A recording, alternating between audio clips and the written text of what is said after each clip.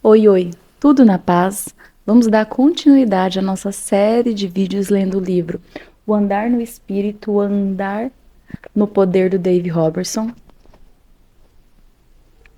E hoje a gente vai dar continuidade à purificação e mortificação, onde a gente dividiu em duas partes. Então, o último vídeo é a primeira parte, e aqui a gente vai dar continuidade à segunda. Você pode pôr o seu celular em algum lugar e ir escutando esses ensinos que, colocados em práticas, vão mudar a sua vida. A força de vontade não pode mudar um casamento. No vídeo anterior, a gente leu uma parábola da irmã Dieta sobre isso, força de vontade. Então, vamos lá? Vou dar outro exemplo de como a carne pode tomar conta quando é feita uma tentativa de mudança apenas através da força de vontade. Quando um casal está tendo problemas, conselho familiar pode ser uma grande ajuda. O conselheiro ensina a ambos como cumprir seus papéis no casamento e lhes diz: se vocês fizerem essas coisas, o casamento de vocês mudará. É fácil dizer para as pessoas o que se deve fazer para mudar o casamento. Mas se o conselheiro não os ensinar como encontrar a raiz do problema, como permitir que o Espírito Santo os purifique das fraquezas que causam os problemas, então tudo o que ele fez foi dar ao casal ótimos conselhos, mas sem efeito. Assim, o casal deixa o escritório do conselheiro disposto e determinado a mudar seu casamento. A primeira coisa que a mulher faz é comprar o livro recomendado, Faça um Favor a Você e Ame Seu Cônjuge, e começa a ler. O marido chega em casa depois de um dia de trabalho cansativo e encontra sua mulher bem vestida, com castiçais na mesa e um aroma campestre espalhado pelo ambiente. Ele pergunta: onde estão as crianças? Não se preocupe, querido, ela diz. Ele pensa: meu senhor tem uma nova mulher. Depois a mulher deixa convenientemente o livro Faça um Favor a Você e Ame Seu Cônjuge bem à vista em cima da mesa. O marido pega para ler. No outro dia ele chega em casa com uma rosa vermelha e a cumprimenta com olá, meu amor, e começa então a fazer todas aquelas coisinhas amorosas que significam tanto. No sábado de manhã, a mulher é acordada com um beijo e o marido coloca em seu colo uma bandeja de café da manhã, com uma rosa vermelha ao lado da comida. Eu tenho um novo marido, ela exclama. Ambos permanecem no paraíso por algum tempo, mas 3 meses depois, a vontade de se esforçar para ser um cônjuge amoroso começa a acabar. E no outro sábado de manhã, a mulher é acordada com um beijo e uma bandeja de café da manhã. E uma rosa vermelha ao lado da comida. Ela diz irritada: ah, não tem outra flor na floricultura sem ser esta? O marido responde: eu vou jogar você para fora da cama, mulher. E a batalha dos sexos recomeça. Seja fumar, comer muito, discutir com seu cônjuge, em qualquer outra obra da carne, o princípio é o mesmo, depender apenas da força de vontade para mudar suas fraquezas carnais, o levará apenas até um certo ponto, e somente através do Espírito que você mortifica as obras da carne. A palavra de Deus é o padrão. Jesus nos diz em João 15:2 que por sermos ramos da videira verdadeira, seremos purificados para darmos mais fruto. Então, no próximo versículo, Jesus diz: vós já estáis limpos pela palavra que vos tenho falado. Em outras palavras, a palavra de Deus é o padrão para as nossas vidas. Sem a palavra, onde obteríamos as informações que precisamos para discernir entre o bem e o mal, ou entre a verdade e as mentiras? Existe apenas um fundamento da verdade em todo o universo, e este é a palavra de Deus. Algumas religiões dizem: o nosso sistema religioso é a verdade, mas não é. Eles vivem em engano e não sabem. Outras religiões também tentam nos convencer de que possuem a verdade, de que seus princípios contêm sabedoria de vida, mas elas tampouco têm a vida eterna. Somente a palavra pode ser confiada como um padrão para a verdade. Ela não veio deste mundo, veio do próprio Deus. A segunda pessoa da Trindade é chamada de poderoso Logos, ou a palavra que veio à Terra encarnada como o homem Jesus Cristo. O poderoso Logos foi escolhido pela Trindade para cruzar e fechar a brecha entre a humanidade e Deus. Uma das maneiras pelas quais ele fechou aquela brecha foi promovendo informações sobre a Trindade. Ele disse: quem me vê, vê o Pai. João 14:9. Os antigos filósofos buscaram algo para conectar a brecha entre Deus e o homem. Sócrates, Platão e outros filósofos famosos tentaram mergulhar em suas mentes no infinito perguntando-se: existe algo além disso? Quem é o pensador original? Quem é o motor imóvel? Mas eles não obtiveram respostas. Eles apenas sabiam que deviam existir algo além. Então João trouxe a revelação que aqueles filósofos gregos buscaram por tantos anos. Ele disse: vocês querem saber quem é o motor que não pode ser movido neste universo? Eu lhes direi. Antes de qualquer coisa ter um início, havia o Logos. O Logos estava com Deus, o Logos era Deus, e o Logos ficou face a face igualmente a Deus. Tudo foi feito pelo Logos, nada na criação foi feito sem ele. João 1, do 1 ao 3. Claro que eu posso lhe dizer quem é o motor que não pode ser movido. Ele é o poderoso Logos, a palavra. Ele é aquele que fechou a brecha entre o homem e Deus. Portanto, se você está tentando ser purificado por qualquer outro padrão, sem ser o Logos, você está perdendo seu tempo. Uma das coisas mais enganosas com as quais você pode se envolver é uma religião que exige uma lista de coisas insignificantes que não estão na palavra de Deus. Você pode passar anos tentando seguir um conjunto de leis feitas por homens que não fazem nada para mudar você de dentro para fora. Existe apenas um processo de purificação e Jesus já o disse: vós já estáis limpos pela palavra que vos tenho falado. João 15:3. Quebrando o ciclo da derrota. Então, é através do Espírito e de acordo com a palavra de Deus que mortificamos os efeitos do corpo, os medos, falhas e maus hábitos com os quais a carne tenta nos manter em um ciclo de derrota eterna. Essa é a única maneira que podemos tirar os limites de nossas vidas. Eu descobri que um dos principais papéis da liderança do Espírito Santo em nossas vidas é nos tirar de todos aqueles caminhos que sobraram do domínio da natureza carnal. Estas sobras podem sabotar tudo o que Deus está tentando fazer em nossas vidas. Um dia eu perguntei a meu irmão, que na época era um detetive em Memphis: você quer mesmo saber o que impede de ser um multimilionário? Ele foi sábio o suficiente para me responder corretamente. Seu emprego não tinha nada a ver com isso. O problema dele era a sua própria maneira limitada de pensar, que o havia dominado por toda a sua vida e o mantido preso. Em Marcos 9:23, Jesus disse que tudo é possível àquele que crê. Portanto, a única barreira entre nós e qualquer tipo de milagre é a maneira carnal ou o sistema de pensamentos que tem nos prendido no âmbito da alma. Esta maneira, que não é bíblica, não dá substância à fé. A esperança foi programada erroneamente, foi deixada de lado, está cheia de medo e tormento ao invés de fé. O Espírito Santo irá substituir aquela confusão pelo tipo de esperança que pode dar substância à fé. Mas precisamos nos entregar à sua liderança. Quando ele começa a tirar pelas raízes aquelas maneiras destrutivas, senão continuaremos na mesma prisão invisível até o dia da nossa morte. Veja, não foi um acidente o que Paulo falou em Romanos 8:14, pois todos os que são guiados pelo Espírito de Deus são filhos de Deus. Após falar sobre a mortificação dos efeitos da carne no versículo 13, os versículos 13 e 14 são um pensamento contínuo. O termo filho de Deus se refere ao crente maduro que foi nutrido pelo Espírito Santo, a ponto de poder andar agora em sua nova natureza ao invés de andar nos efeitos da carne. Paulo está descrevendo no versículo 14 um estado de maturidade espiritual, no qual maneiras carnais e sistemas de pensamentos não podem mais dominar você, porque agora você está andando na sua nova natureza e não de acordo com a carne. Muitas vezes, os crentes que ainda são imaturos e carnais querem que o Espírito Santo lhes mostre coisas pessoais de outros, ou que ele lhes diga qual carro comprar. Mas a única coisa que o Espírito Santo pode fazer com um crente nessa condição espiritual é tirá-lo da sua própria confusão. Você pode dizer: bem, eu quero que Deus me guie neste ministério ou nesta promoção de emprego.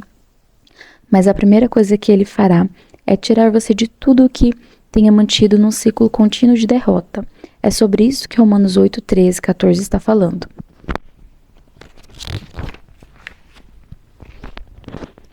Todos que permitirem que seu espírito seja nutrido e ensinado pelo Espírito Santo são os filhos maduros de Deus, pois é através do Espírito a nova natureza no interior deles e os efeitos da carne são mortificados. O Espírito Santo os tirará das maneiras e sistemas que os aprisionam. Paulo descreve esta condição de escravidão em Romanos 7, 24. Do 7 ao 24, ele disse: Desventurado homem que sou, existe uma tendência em meus membros para pecar. E quanto mais eu tento servir a Deus, mais ela luta em minha mente. Não existe nada em mim que possa conter isto. Apesar de Deus ter me dado a lei e de eu ter tentado segui-la, este desejo pelo pecado luta constantemente em meu interior. Pareço não conseguir parar. Esta condição espiritual sem esperança é a razão pela qual o mundo se tornou culpado diante de Deus e sujeito a seu julgamento. O mundo precisava de um Salvador. Romanos 8 nos diz como o Salvador veio e nos tirou de nossa escravidão da carne, colocando-nos no caminho do Espírito, derrubando as fortalezas da alma. Tudo o que você precisa fazer é olhar para a raiz da palavra mortificar, a qual significa morte, para saber que você está numa batalha dentro do processo de purificação. Paulo descreve esta batalha em 2 Coríntios 10, 4.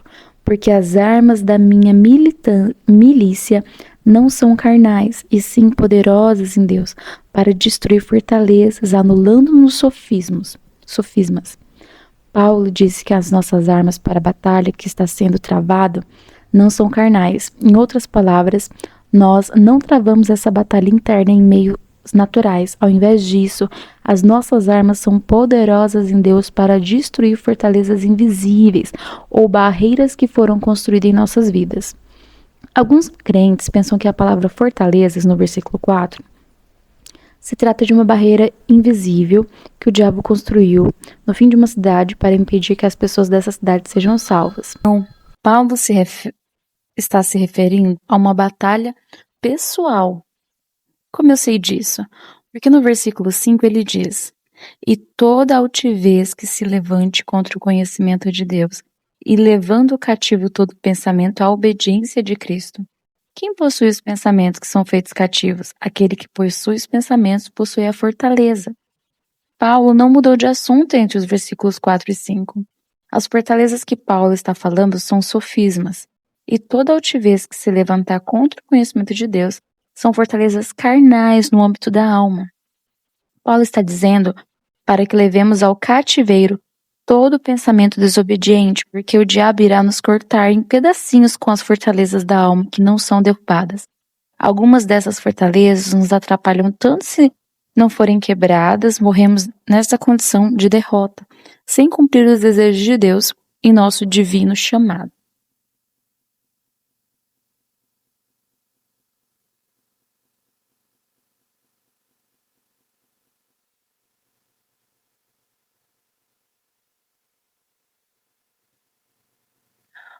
Uma fortaleza pode consistir de um conjunto de sofismas que faz uma pessoa ficar tão enfurecida que ela se separa da verdade através de contendas e falta de perdão. Uma fortaleza também pode ser um sistema elaborado de pensamentos religiosos que escravizam os corações de mentes de uma nação inteira. Mas seja uma fortaleza na alma de um indivíduo ou em uma nação, tudo começa com um pensamento rebelde que se levanta contra o conhecimento de Cristo. Sou muito agradecido a Deus por ter nos dado armas que são poderosas em Deus para derrubar estas fortalezas. Elas são parte de um âmbito natural. Elas não são parte de um âmbito natural. Elas são dadas no âmbito do seu espírito. A arma mais importante que Deus nos deu foi a terceira pessoa da Trindade para viver em nosso interior. Então o Espírito Santo nos equipou com outra arma vital, uma linguagem sobrenatural. Essa linguagem é um dom que nos edifica acima de um âmbito carnal, onde nossos sensos naturais dominam. E à medida que usamos esse dom, ao orarmos em línguas, o Espírito Santo começa com o processo de purificação de toda altivez que se levanta contra o plano de Deus em nossas vidas. Onde esse processo de purificação acontece? Bem, tudo se manifesta no interior. É geralmente uma figura do que está acontecendo em nosso interior, portanto, a mortificação ocorre no âmbito de nosso caráter. O Espírito Santo começa um trabalho de discernir os pensamentos e intenções dos nossos corações, tirando pela raiz o sistema de pensamentos e as fortalezas da alma que causam nossa queda. Ao continuarmos orando em línguas para nossa edificação pessoal, ele destrói qualquer fortaleza da alma que não foi construída pela palavra de Deus. Ao mesmo tempo, o Espírito Santo constrói uma superestrutura em nosso homem espiritual, transferindo revelação da palavra de Deus. Com que propósito? Para nos amadurecer, nos edificar e nos fazer crescer mais e mais em Deus. A palavra de Deus é uma espada de 2 gumes que divide alma e espírito. Hebreus 4:12. Ela é a única agente qualificada para trazer tal distinção entre o espírito e a alma. É nesse processo de purificação que estão todos os âmbitos da alma e do espírito. É o único padrão que eu confio ao me empenhar para entender o trabalho do Espírito Santo em meu interior. Não importa quantos diabos venham atormentar a minha mente, vou me pôr contra o ataque e ainda assim escolher apenas a palavra como meu padrão. Aquela espada de 2 gumes já penetrou no meu espírito e eu me recuso a acreditar em qualquer coisa ou qualquer pessoa que não esteja de acordo com a palavra declarou. Com o que a palavra declarou. Os últimos 40%. Se você for aguentar o processo de purificação, esse é o tipo de determinação que você precisa desenvolver.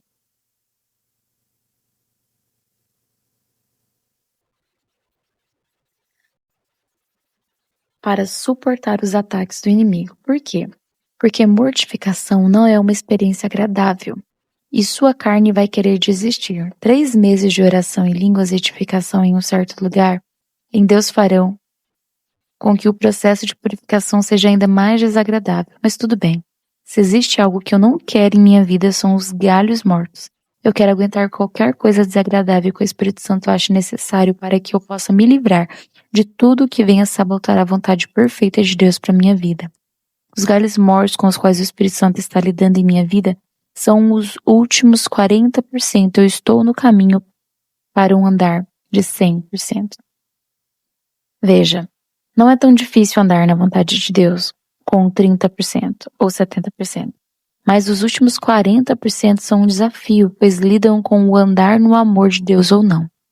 Quando os últimos 40% são purificados, você responde de maneira diferente quando as pessoas insultam, caluniam e processam você, ou batem em sua face. Ao invés de relembrar cada insulto, você entende a misericórdia de Deus. Você estima o seu testemunho com a sua posse mais valiosa e está determinada a não machucar nenhum ser humano, mesmo que custe a sua própria cabeça.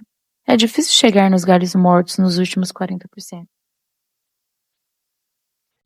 Muita edificação deve acontecer antes do Espírito Santo começar a lidar com aqueles galhos difíceis de serem atingidos, para purificá-los. Aliás, durante os 6 primeiros meses que você ora constantemente em línguas, o Espírito Santo está fortificando seu espírito, para que você queira decidir cortar aqueles galhos mortos. Lembre-se, Jesus disse que você é purificado através da palavra que ele falou, João 15:3.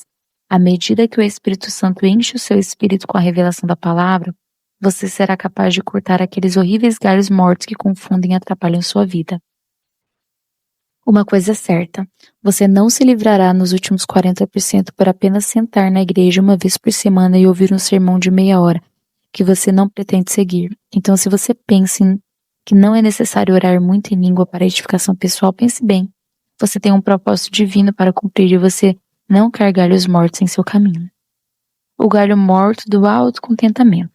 A pior coisa da qual você precisa ser purificado é do autocontentamento e da indiferença.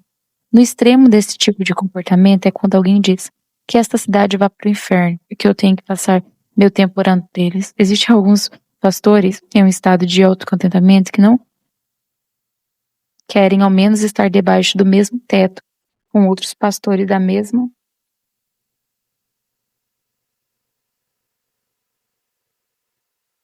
cidade. É claro que estes pastores querem ver a cidade toda salva. Eles não são tão malignos, mas querem ser os que farão isto. Eles dizem, se um grupo evangelístico não vier através de mim e da minha igreja, eles não terão o meu apoio. Isso é chamado indiferença ou autocontentamento e faz parte dos 40% de uma grande tarefa para o Espírito Santo cortar esses galhos mortos. O Espírito Santo precisa cortar o galho morto da indiferença em nossas vidas antes que busquemos o reavivamento, acima de qualquer desejo egoísta. Até sermos purificados do autocontentamento, sempre estaremos preocupados com o meu estilo de vida, com o meu conforto, mais do que com a salvação das pessoas. Pessoalmente, o diabo já tentou usar inúmeras vezes o autocontentamento como um meio para me impedir de entrar no melhor de Deus para minha vida. O inimigo cochichava em minha mente. Por que você não descansa e relaxa? Você tem uma ótima unção. Você tem ótimos cultos. Centenas de pessoas são cheias do Espírito em questão de semanas, não é mesmo? Você não está sempre fazendo conferências. Você não é para um pouco e fica onde você está. Por que você não para um pouco e fica onde você está? É um bom lugar para parar. Todas as vezes que eu tentei dar um tempo para entrar na minha zona de conforto, eu encontrei um forte ataque do inimigo. Minha carne dizia, bem, por que eu não fico onde estou espiritualmente? Por que me submeto a mais batalhas com o diabo? Por que eu não posso viver confortável como os outros pastores? Eles parecem ser tão contentes e felizes. E minha carne sempre tentava me convencer a estar satisfeito. Mas veja, a fome no interior do meu espírito sempre foi mais forte do que as vozes na minha carne. Eu só consigo andar na carne até que se torne insuportável. Eu fico completamente triste e permaneço naquele jeito até conseguir resistir ao meu contentamento e começar a buscar fervorosamente a Deus de novo. Verdade. O Espírito Santo quer nos amadurecer através da revelação da palavra de Deus, para que olhemos para o galho morto do autocontentamento de nossas vidas e digamos, eu tenho nojo disso. Espírito Santo, por favor, corte-os. Ele também se alegra se olharmos para aquele galho e admitirmos honestamente, Deus, eu não quero que este galho seja cortado. Neste momento, apenas precisamos fazer uma coisa, continuar orando em línguas, pois iremos querer nos livrar daqueles galho morto e horrível. E é assim que funciona o processo de edificação. Meu próprio processo de edificação. Quando o Senhor havia terminado de cortar os galhos mortos de minha vida, eu não passava de uma ponta de cigarro. Ele cortou todos aqueles galhos mortos como pensamentos errados, desejos da carne, amor pelo dinheiro e exaltação própria. E eu prefiro muito mais os galhos frutíferos que cresceram do que aqueles que foram cortados. Mentir foi outro galho morto que o Espírito Santo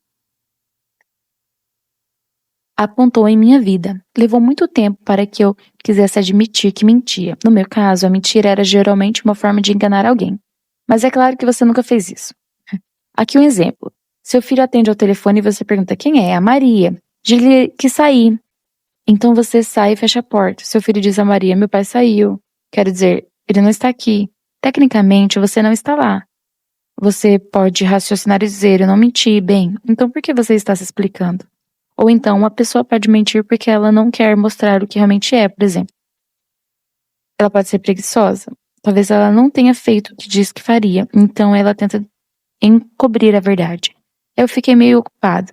Você não estava ocupado, seu preguiçoso, você poderia ter feito o que deveria. Aqui vai outro exemplo. Um amigo liga e diz, oi, você vai no culto hoje à noite? E você responde, eu gostaria muito de ir, sabe, mas algo surgiu para eu fazer. Então você liga para outro amigo e diz, convide-me para jantar com você para que eu tenha uma desculpa, pois eu não quero ir ao culto. Por que você mentiu? Bem, eu não queria machucar meu amigo. Você não precisa machucá-lo, apenas diga, não acho que vou hoje à noite.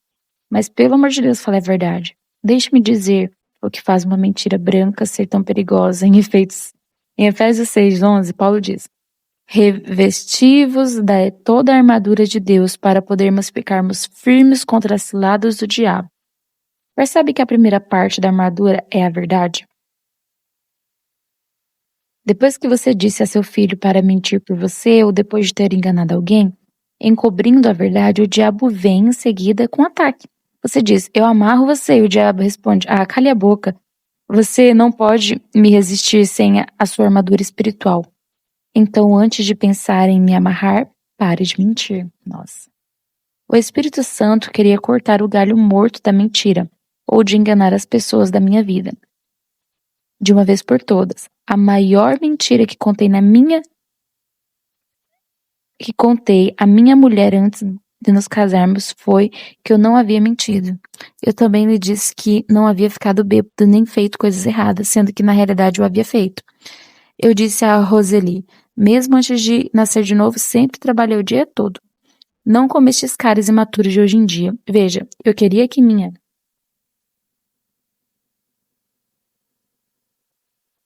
mulher me visse como um cavalheiro herói. Depois que eu e Roseli nos casamos, estávamos conversando com outros crentes numa noite e um deles começou a falar sobre o estilo de vida de pecado do qual tinha sido liberto. Roseli disse: "Oh, Dave nunca fez isto." Mas na realidade eu havia feito aquilo. Era uma das coisas que eu havia mentido antes de nos casarmos. Naquele momento em diante, parecia que sempre que a minha mulher conversava com alguém, ela confirmava minha mentira sem saber. Ela pegou minha mentira e espalhou em todos os lugares, porque eu ainda não havia dito a verdade. Eu ouvia ela dizer: "Bem, meu marido nunca fez isso." E eu pensava: "Eu fiz sim. Menti para ela no passado, eu não vou mais mentir." Mas esta é uma mentira que ela continuou confirmando. Preciso contar-lhe. Mas eu não quero. Mais tarde, eu comecei a jejuar e orar em línguas por longas horas, e a brilhante luz do Espírito Santo começou a iluminar aquelas barreiras espirituais que estavam escondidas em minhas trevas. Posso me lembrar de me sentir cada vez mais culpado pelas mentiras que contei a Roseli. Então finalmente orei ao ponto de dizer a Deus: "Tudo bem, Senhor, vou contar-lhe que menti."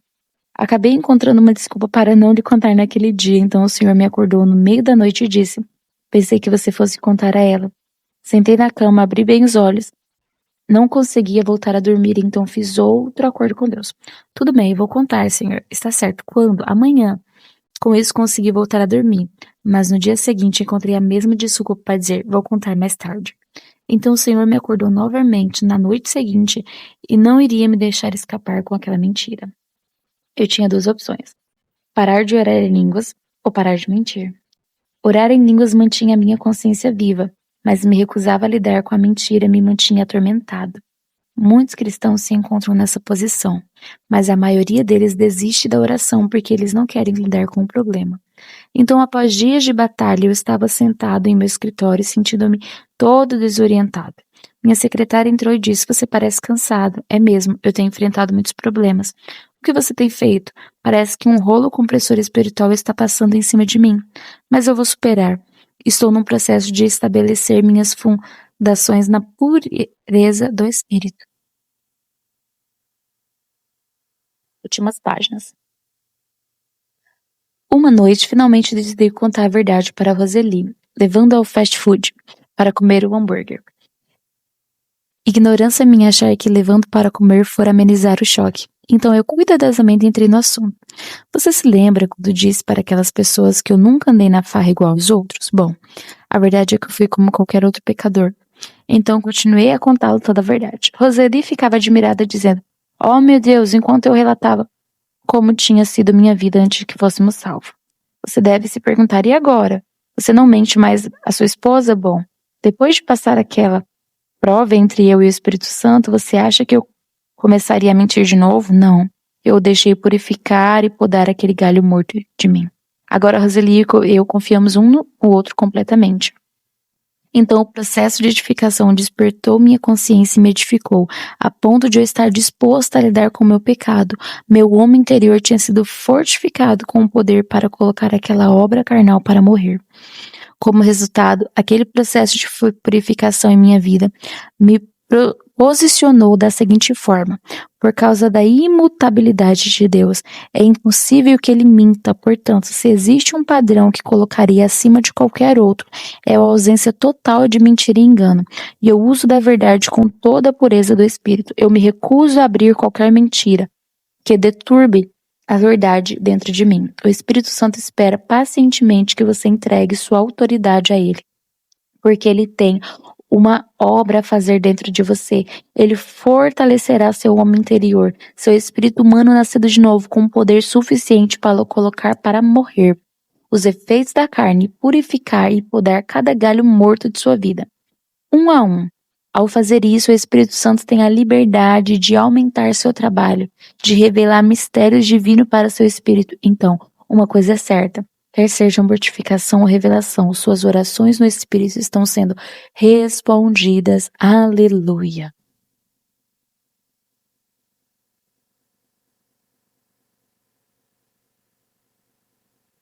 E a próxima leitura é o capítulo 11, Superando Impasses na Oração.